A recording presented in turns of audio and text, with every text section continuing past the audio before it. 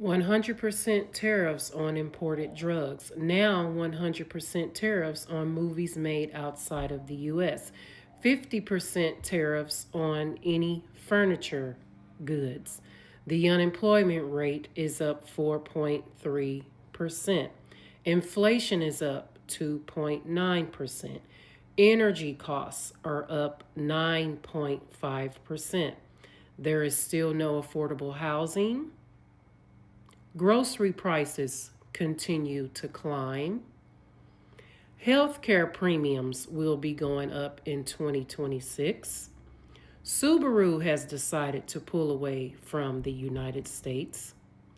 Marvel Studios has decided to pull away from the United States.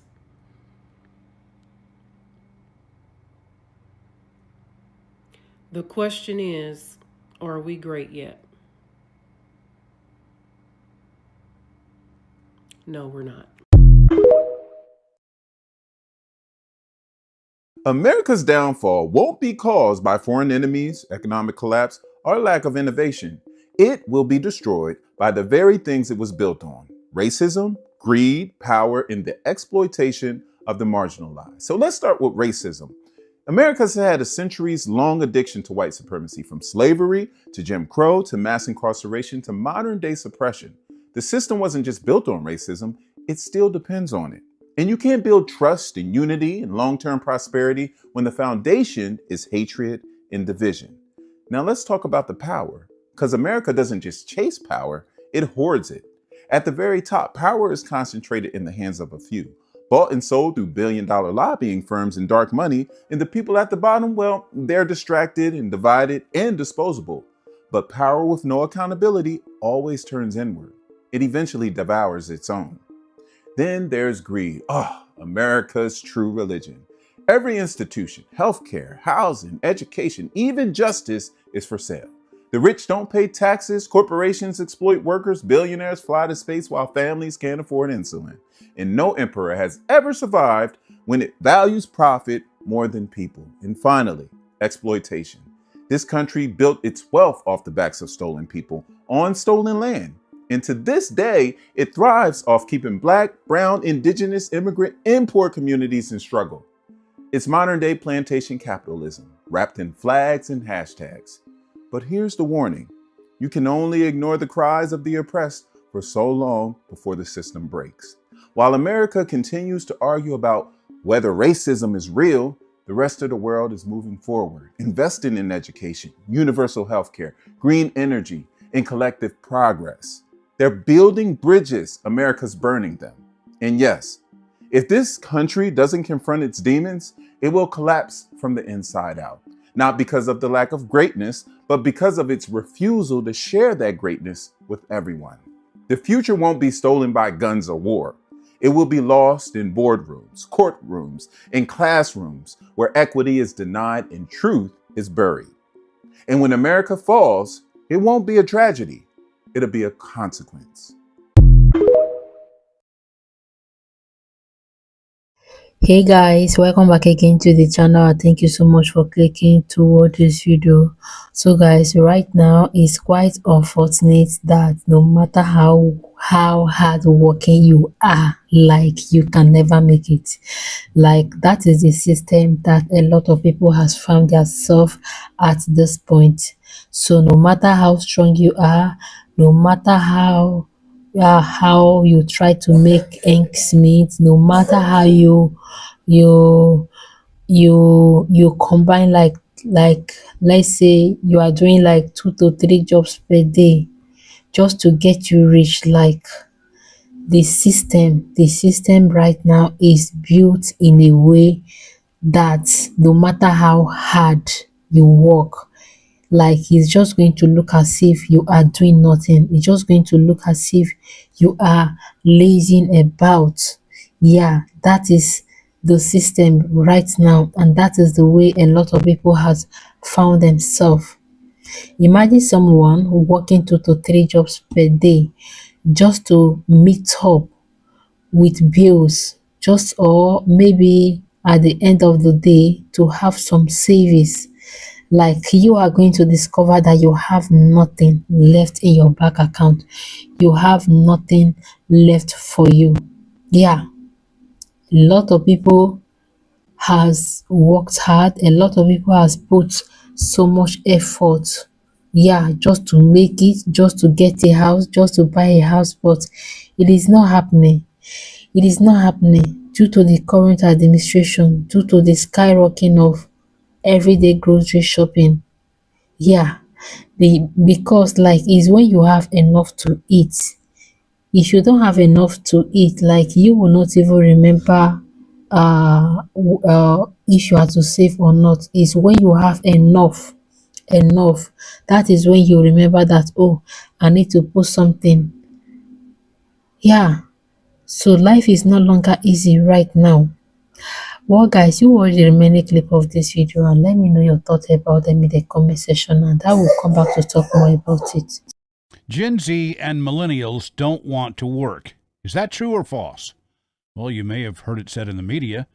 2022, nobody wants to work anymore. 2014, nobody wants to work anymore. 2006, nobody wants to work anymore. 1989, nobody wants to work anymore. 1981, nobody wants to work anymore. 1979, nobody wants to work anymore. 1969, 1952, 1940, 1937, 1922, 1916, 1905, 1894. Nobody wants to work anymore. Thanks to Paul Ferry for finding these clips. He's writing this great book. So, what you're actually hearing is employers complaining that nobody wants to work for cheap. But look at the corporate profits compared to employee wages over the past few years. What you hear people say, most young people want to work. They're smart, and they'll find a way. And there are some really smart, rich people who have proposed a handful of things that could totally fix income inequality. They're called the Patriotic Millionaires, a group of super rich who are pushing for three principles: a highly progressive tax system, a livable minimum wage, and equal political representation for all citizens. They're actually begging the government to tax them more because even they can see that eventually, if this crazy wealth inequality keeps up, the pitchforks will be coming out. There's your little ray of sunshine. Now, get off my lawn. You have to earn everything in life. Nothing comes for free. You can't get anything for free. You got to earn everything. Okay, ban inheritance. No, put a 100% inheritance tax in place, right? Because if you want to be morally consistent here, no welfare, no free health care, no free food, no public housing, right? You want to play that game of you got to earn every penny? Okay, ban inheritance. Because they didn't earn that shit. I mean, that is unless you consider inheritance a genuine form of earning something, in which case you're delusional, because then we might as well be a fucking monarchy, right? You earned the power through being related to your dad. Does that sound reasonable to you? No, I didn't think so, right? So it is absurd to say that you have to earn everything, because first off, in life, no one earns everything. That's not how anything works. Everyone has certain benefits. And second of all, that's okay. And we might as well make those benefits a little bit more even, right? So honestly, if you want to be consistent here, ban inheritance.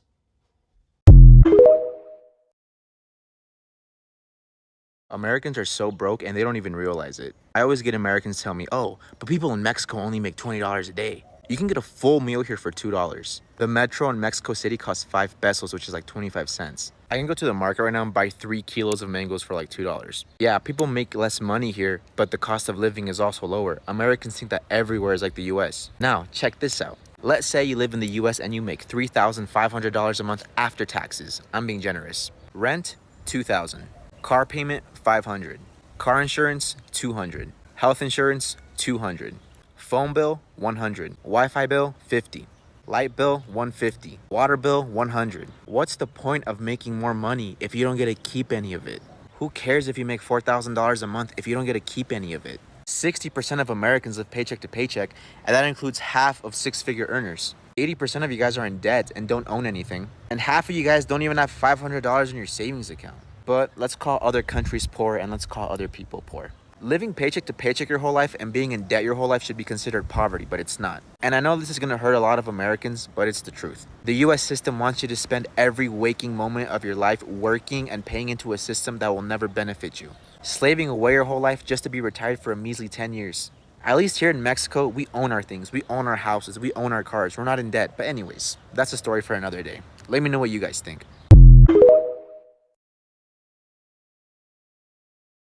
Okay, strap in for this one, y'all. I am not an economist, but I have studied complex systems for years, and the science here is well established. What we're seeing right now is multiple critical components of our economic and political network showing simultaneous strain. Think of it like a rubber band. It stretches and holds tension, and then it snaps suddenly. That snap is what complexity scientists call a mixed transition. You can cross the threshold before the visible collapse happens, but once you've passed that point, the failure cascade becomes extremely difficult, if not impossible, to stop. With the government shutdown that went into effect October 1st, food price surges, over 30,000 jobs lost in the latest ADP report, with previous months revised downward, and all the other factors that we'll discuss, I believe we're approaching, if we haven't already crossed, that threshold. I could be wrong about timing or even whether we reach full transition, but the pattern is concerning enough that understanding what's happening really matters. Zoom out a bit and think about the US as an extremely complex system made up of other complex systems. We're talking 330 million people, trillions in daily transactions, massive supply chains, massive global markets, all interconnected. Usually that complexity makes us resilient, but under the right or the wrong conditions, it becomes our biggest vulnerability. Failure cascade is how complex systems most often collapse. All the interconnections that are efficient in average circumstances become highways for problems to spread. One disruption triggers the next, like a line of dominoes, and it amplifies as it goes. There's something more abrupt than cascading failure, and this is called the mixed transition. This is what keeps complexity scientists up at night. Here's how that works. So tiny failures accumulate invisibly throughout the system. Everything looks fine on the surface, but you hit a critical threshold and suddenly even a small shock causes the whole thing to transform.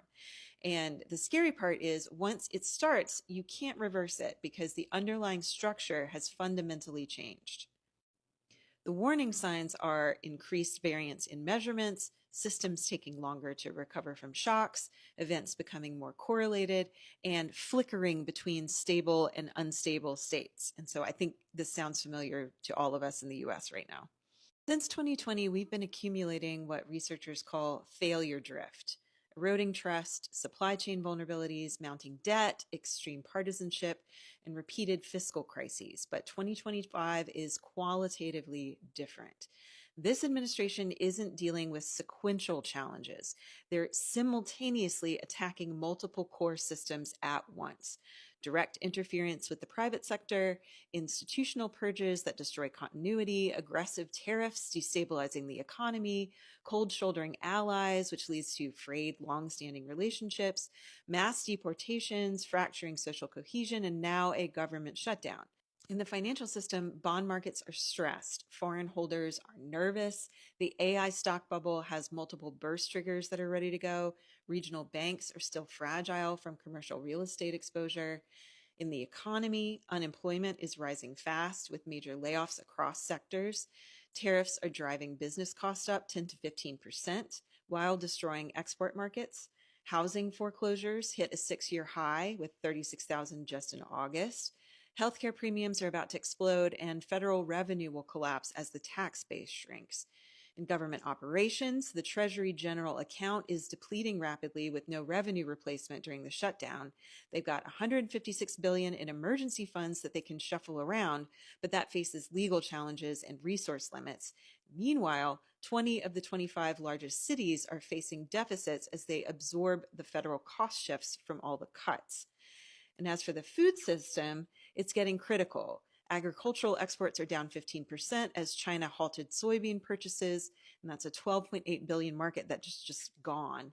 Farm bankruptcies in the first half of 2025 have already exceeded all of 2024. Grocery prices are rising over half a percentage point monthly, which is the fastest in 3 years. And then there's a predicted 7% holiday price shock that's coming. And we're already starting to see supply chain disruptions and restocking issues. The military, they're trying to politicize it with purges, loyalty tests, domestic deployment preparations. And here's what they don't seem to understand about that. This creates institutional resistance, not regime strength. Professional military culture actively opposes politicization. And here's the critical part in that point. This resistance creates additional unpredictability in the system. The regime can't reliably count on military compliance, which means they're operating with reduced information about their own capacity. And that's another form of system degradation that accelerates miscalculation. This extends to almost all the institutions they're purging right now during the shutdown. They've already begun that process, so they're not getting data back from those areas of government. And this complicates the data collection process. They won't actually know what's going on.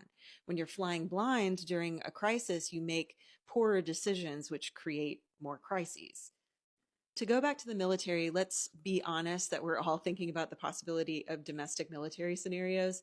And so let me explain why the math doesn't actually work on that. The US is 3.8 million square miles with 331 million people. Military units optimized for foreign combat cannot effectively occupy and control this territory during economic chaos. Significant domestic deployment costs, over $20 million daily, completely unsustainable during revenue collapse. Economic collapse means military funding evaporates with the tax base. Security forces face the same personal economic hardships like foreclosures and unemployment as everyone else. So that reduces loyalty to a regime that's also causing their suffering. And the purges of experienced leadership created institutional opposition. Reports from the Quantico meeting this week show officers thinking about red lines and maintaining their apolitical bearing despite political pressure. Professional militaries resist politicization because it undermines mission effectiveness. Using force against economically desperate Americans would accelerate regime collapse, not prevent it. Argentina in 2001 proved this. Military repression during economic crises deepens instability rather than resolving it. Complex military systems also require functioning supply chains, advanced technology, and professional coordination. All of this is vulnerable to economic disruption. As infrastructure fails and logistics collapse, military effectiveness degrades regardless of political loyalties. Argentina had recent authoritarian experience, but their military still couldn't maintain control when unemployment hit 23%, 40,000 businesses shuttered, and the banking system collapsed. Mass protests drew hundreds of thousands despite violent repression, and the government fell. So when might this mixed transition actually occur? It's dicey, but it could be even as short as 4 to 8 weeks. We've got a convergence right now: financial stress, food price spikes, government shutdown, and economic data blackouts. And the October food crisis hitting consumer budgets during a broader unemployment surge could be the tipping point. For the regime collapse, it could be 6 to 16 weeks at this point, with multiple factors accelerating simultaneously. Treasury depletion is the first domino, and they're burning through the general account with no revenue replacement during the shutdown. That $156 billion in emergency funds buys time, but not that much. Then there's the debt ceiling crisis looming. If we hit the ceiling during the shutdown with tanking revenue, we face potential default, and that triggers bond market panic. Foreign holders who own trillions in U.S. debt start dumping bonds, and bond yields spike. That makes our debt service costs explode right when we can't pay our bills. Currency devaluation then follows. If bond markets lose confidence in U.S. debt, then the dollar weakens. That makes imports more expensive, which accelerates inflation, which makes the food crisis worse, which triggers more social instability. Meanwhile, mass unemployment is rising as businesses are forced to make emergency cuts in staffing or even shutter. Food shortages are hitting. International pressure mounts as allies watch us destabilize. And this is when elite defection starts to accelerate. So corporate leaders, major donors, even Republican officials, once the financial and political cost of continued support exceeds the benefit of staying loyal, they jump ship. And historically, that's when regimes collapse, not from the bottom up, but when the elites withdraw their support. Bottom line, by simultaneously destabilizing financial management, institutional continuity, economic stability, food security, and military professionalism, this administration has created cascading vulnerabilities that it cannot manage. They've essentially engineered their own downfall through reckless destabilization of the complex system that they sought to control. Be safe out there. Guys, welcome back again and thank you so much for watching this video. So what do you guys think about this video, and like, do you guys think that maybe when you are working like 2 to 3 jobs per day, that maybe by doing that you can meet up with life expenses, you can meet up with your bills, and at the end of the month you still have something left in your bank account? Because literally a lot of people have come out to complain, saying that they are doing 2 to 3 jobs per day, and even at that they have no kids, they have anyone looking up to them, they have, yeah, they have no one, but at the end of the day they are still going broke, they are still getting poor, getting broke day by day.